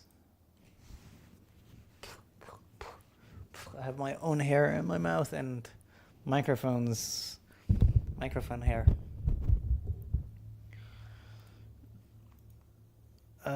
Right, I'll render this out after. Many of them Roger didn't see yet. Yeah, exactly. Yeah, exactly. So I think we have to see if we can get a proper review for Monday.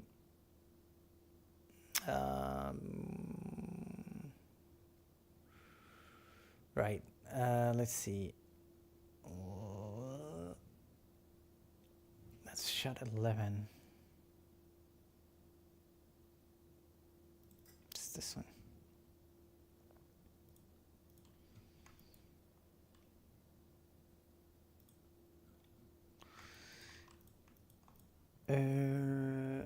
Oh yeah, sorry. I need to, let me close some nuke scripts here.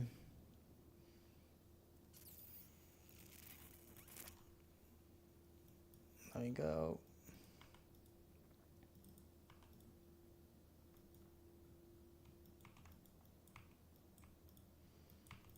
And, oh yeah, sorry. There must be a better way of doing this. Shot 11, there we go.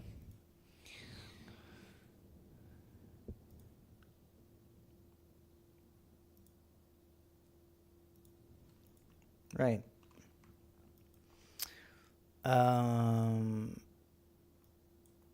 Yeah, this like definitely tweaks to be done here.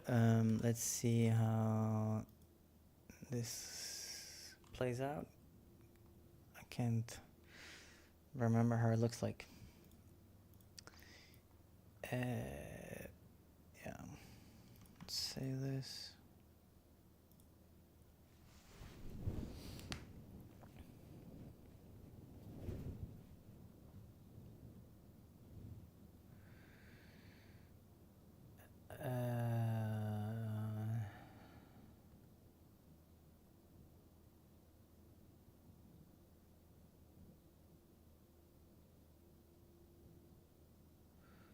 looks quite good actually. I think maybe I would like a little bit harder core at the light, but also we wouldn't really see directly into the whatever light is passing by, but I kind of like the subtlety of it. It's nice to see the light pass here on the seat, on the back. Maybe I have some harsh lines back here.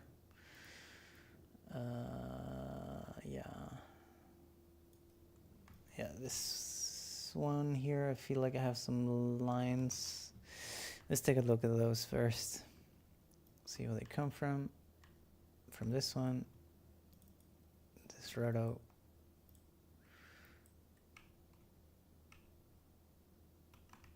So let's see, how does it look like here?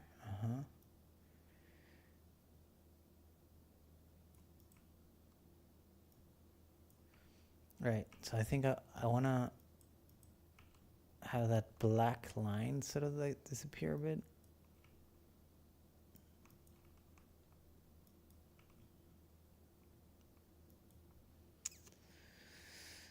But now maybe the edge feels a little too bright. So maybe I can feather it out a little bit more. Yeah, that was much nicer.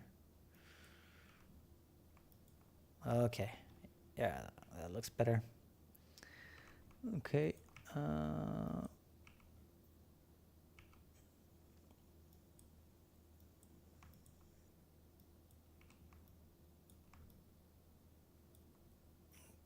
Okay.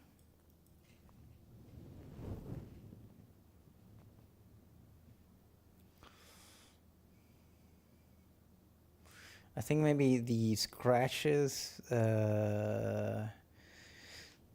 should tone them down a little bit more. I think they're maybe like a little too strong.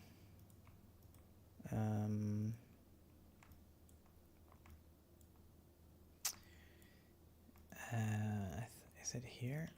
Yeah. So I think I'll take the mix, maybe take the mix down to 0.5. Yeah, so it's way more subtle. The dirt on the window we put in.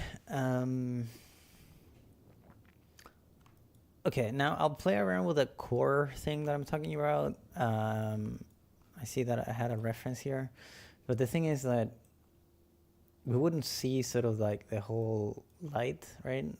But I guess I want to try to see if I can increase the intensity of the light, like around the beginning, right? And so, yeah, no, we have this gradient that is sort of fading away. So I'll just try to see if I can increase the core of it, because I think it does feel quite similar, and I want like a hotter gradient here. Light through curtains is very nice. Yeah, thank you. Yeah, I actually think it's yeah, it worked out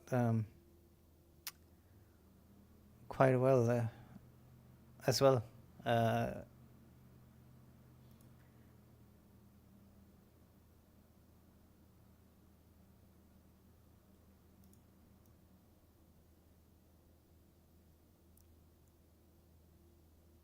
It's very like frame by frame stuff, and it's a little finicky, right? But I kind of like how it feels like the light has volume as it comes in and reaches him here, right? We see that in 3D we call it like subsurface scattering, when we see like light through an object. So it feels like, yeah, feels quite good.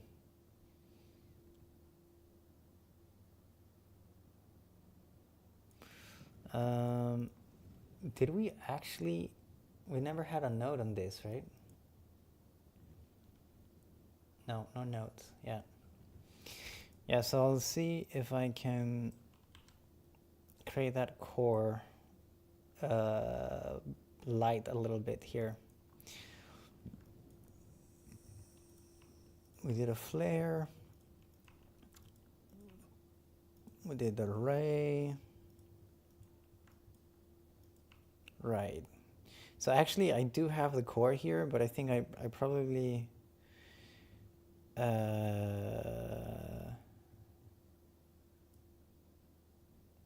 toned it down a little bit. So I create like a grade here and see if I can increase it this way and without destroying everything. 2.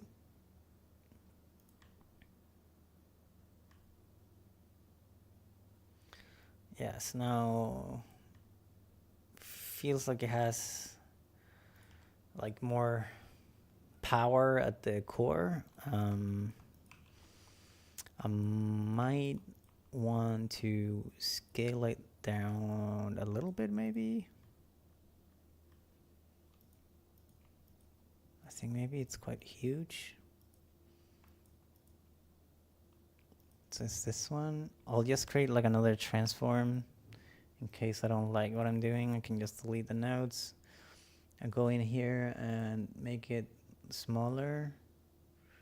So like 0.5, so it's like half the size. Okay, now I keep gaining up. Yes, so now we have like, let me take a drawing node here. Oops. Just to sort of explain what I'm after. So now we have sort of like a better feeling of the core of the light, right? So now it has a gradient going that way where it's not as intense. And we have like, it feels like there's a light source here that is quite intense, you know, like illuminating that way.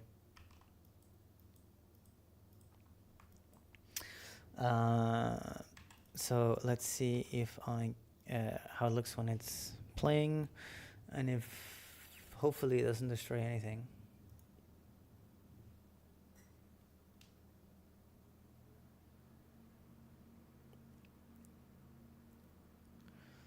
Yeah, I feel like that's yeah,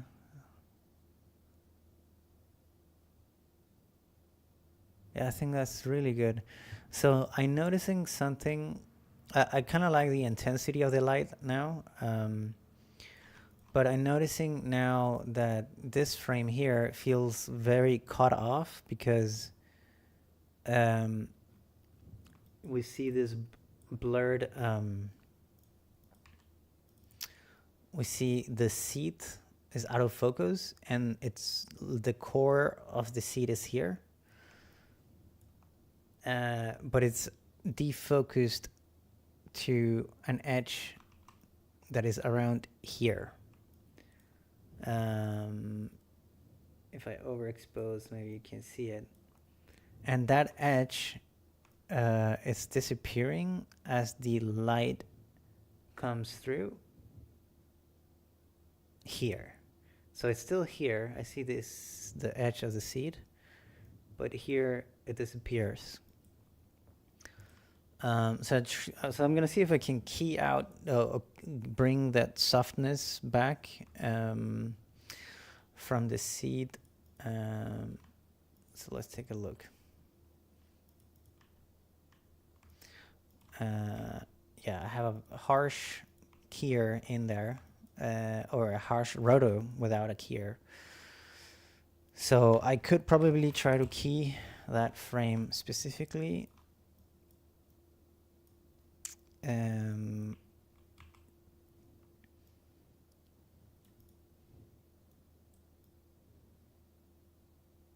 Yeah, that's gonna be super tricky. I might be better off with a roto actually than keying this. So this is the stuff that I want is the autofocus chair. But I think that's probably tough to key. Oh, sorry, I pressed something. So I think I'll do maybe a roto shape here, where I'm gonna cut into the window that I made here. So let's take a look at it. And I'm just gonna disable this for now while I roto overexpose so I can see the seed. And I'm gonna try to roto this seed's core. So this is sort of like, yeah, something like this. And then I'm gonna soften this up.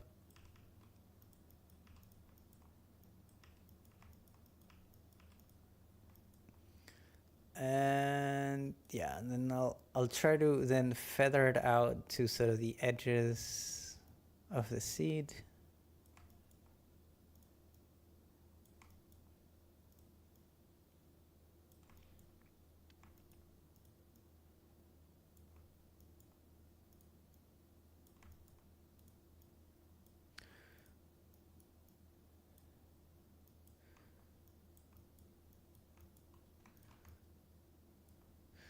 Right. And now if we take a look at the stencil here, we should cut into that. But oh yeah, format, no clip. There we go. Hopefully that helps. It did not help a lot. Oh yeah, I'm overexposing.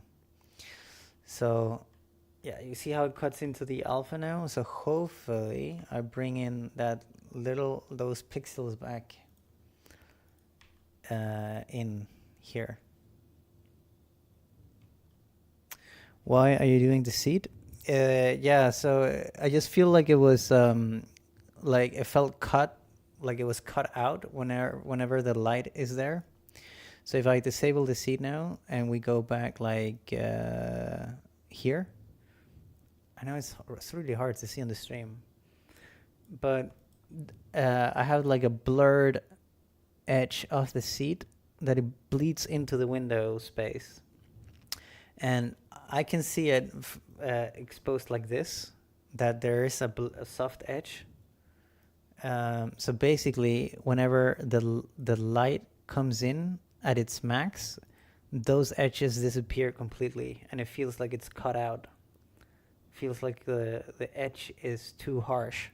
So I need to bring in those pixels back in, and that's why I did a roto shape for the seed basically. And so now the edge of the seed still feels a little sharp, but now I can like blur it a little bit, maybe like by 10 or something. But now we have that softness from the seed back in. And so if we then try to play,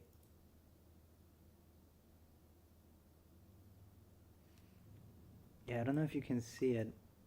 I think my face, oh right, oh yeah, you see it? Yeah, cool. So yeah, so now it doesn't feel like it's cutting the edges off. But if we watch it without, we see that hard cut when the light comes in.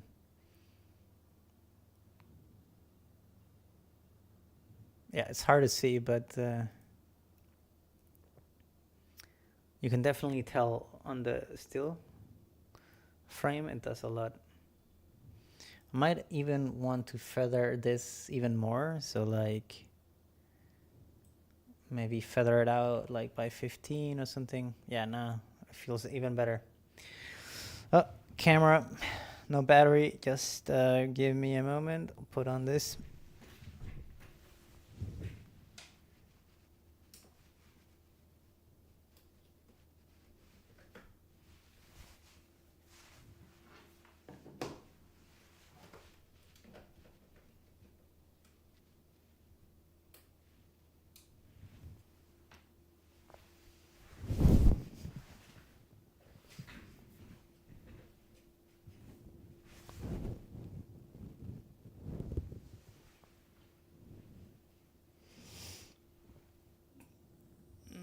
Is it back on? Nope. Am I frozen? Oh, I'm back here. Let me refocus here. There we go. Okay, back to it.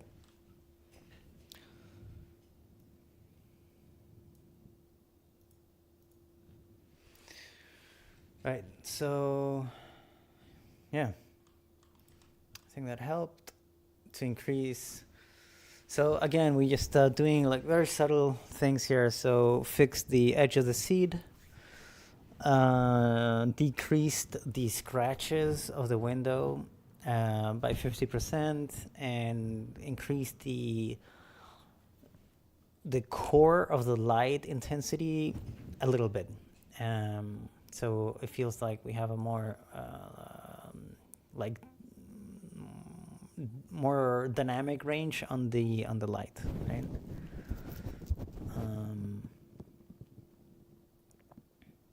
So yeah, tiny things, but it helps. It all helps. I'm just trying to see if like there's any edges or anything like that that I'm missing or looking.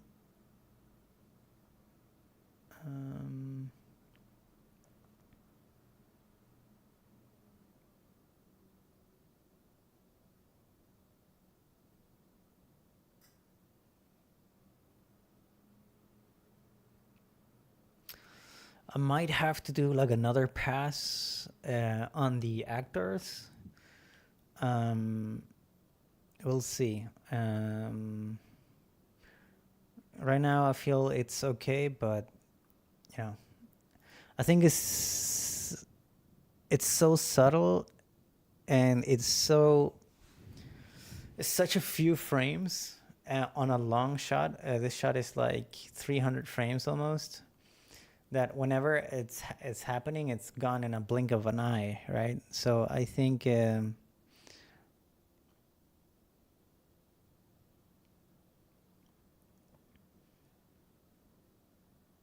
think it might be okay as it is.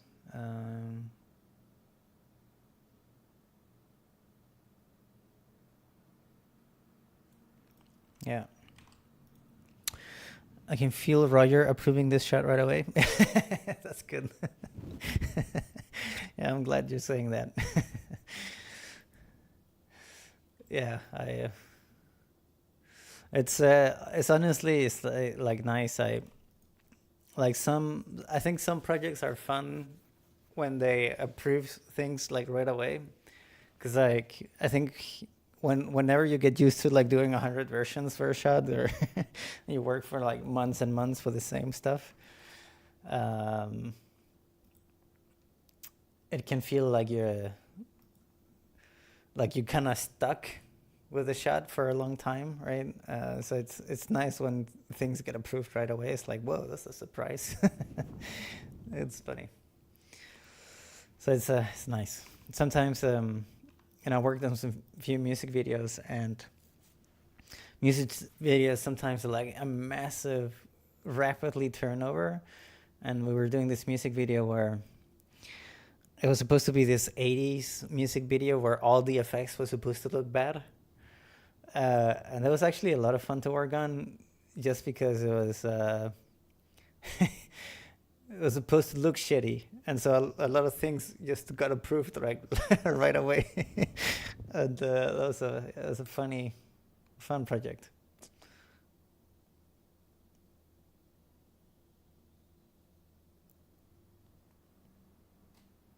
Yeah, I think it looks pretty good. Let's do a JPEG of this as well.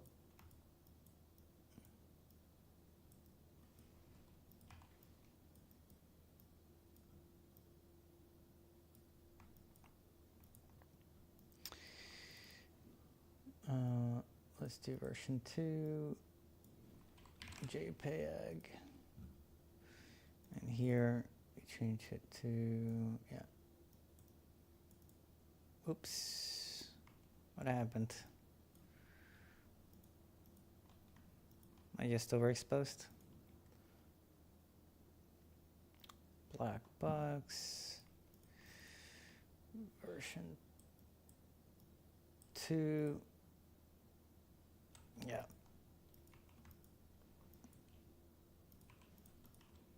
Cool. Oh, yeah, I disconnected this, I see. Right. I'm also, I think, kind of reached the 2-hour stream.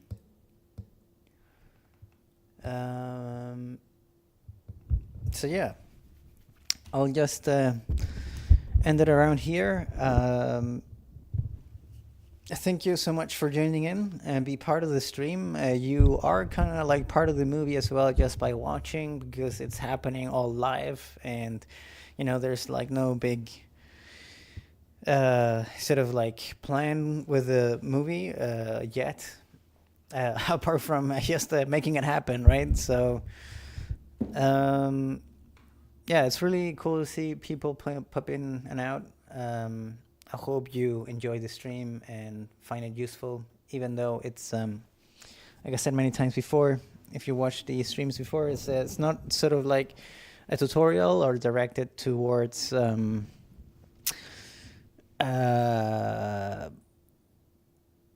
it's sort of like not directed towards like any group of VFX people in a way. I don't know how to say that, or like it's not beginner friendly. It's also not like for super senior compositors or VFX people. But I think it's an interesting thing as a filmmaker that wants to work with indie films, and you know that I think it's a place that I hope in the future will have way more significance as well than big films, you know, because I think the big films today are getting like so like mainstreamed, like in a way. That's why like I haven't watched a lot of the things that I worked on for the big films, like on my showreel, and it's just because like it's not really movies or anything like I'm sort of like proud on to work on, if that makes sense. Even though it's very fun to work on as a technical and creative challenge and collaboration with all the people, I love the whole thing. But making documentaries and working indie and collaborating more with people, I find a lot of joy in that, and that's exactly why I think this stream is sort of useful to those to that audience. I think I would find it useful for myself if I was younger, for sure. Yeah, big films rarely have any real depth. Yeah, for sure, exactly. I mean, and that's the thing. Like, it's you know, when it was so funny when I got to work with Fast and the Furious 10. I thought it was. I shouldn't probably say this out loud, but it's kind of like the worst film ever, and I always promised myself like, oh, I would never work on this Fast and the Furious. That would be such a disgrace to my inner artist, you know.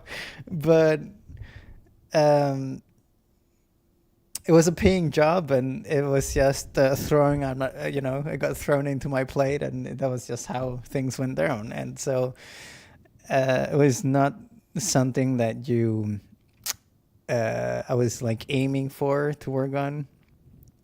And you know, Fast and Furious does have a good thing though. Like it's a funny movie to watch, right? Like I think if you view it with those lenses, it's probably one of the films that I laughed the hardest at.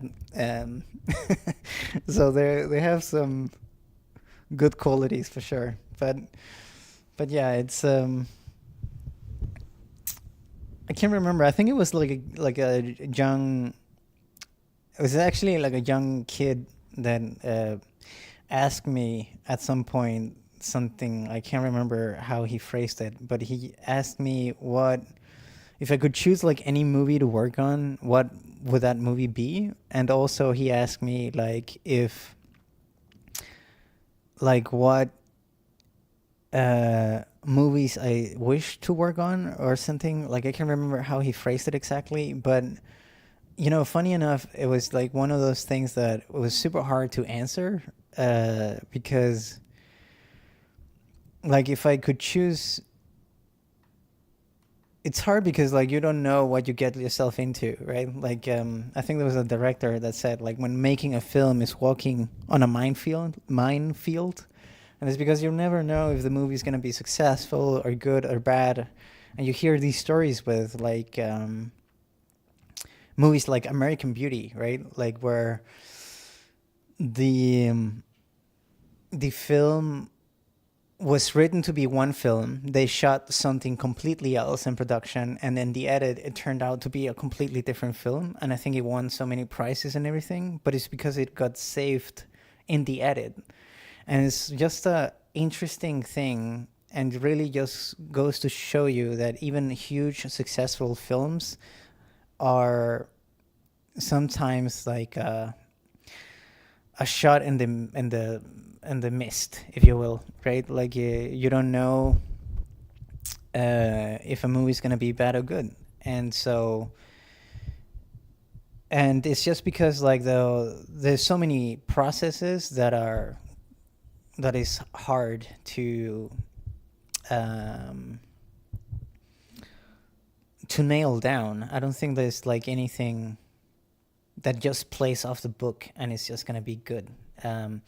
So that's why movies sometimes flop, so harsh, and sometimes you have like a masterpiece in your hands without knowing as well. So you need to just walk the minefield and just do stuff. So that's why it's hard to say, right? Like, I mean, it's easy once you watch a good film and you say like, wow, you watch something like Dune, for example, and it's like, wow, it's an amazing film. It has an amazing score, amazing acting, all these type of things. And you say like, yeah, I would love to work on Dune. But it's hard to say, right? So like, I think for me, it's more about working with the right people than working on a specific project, if that makes sense. I think that's kind of like what I learned from that kid asking me that question. Because I had to do a little bit of soul searching there, and really just try to actually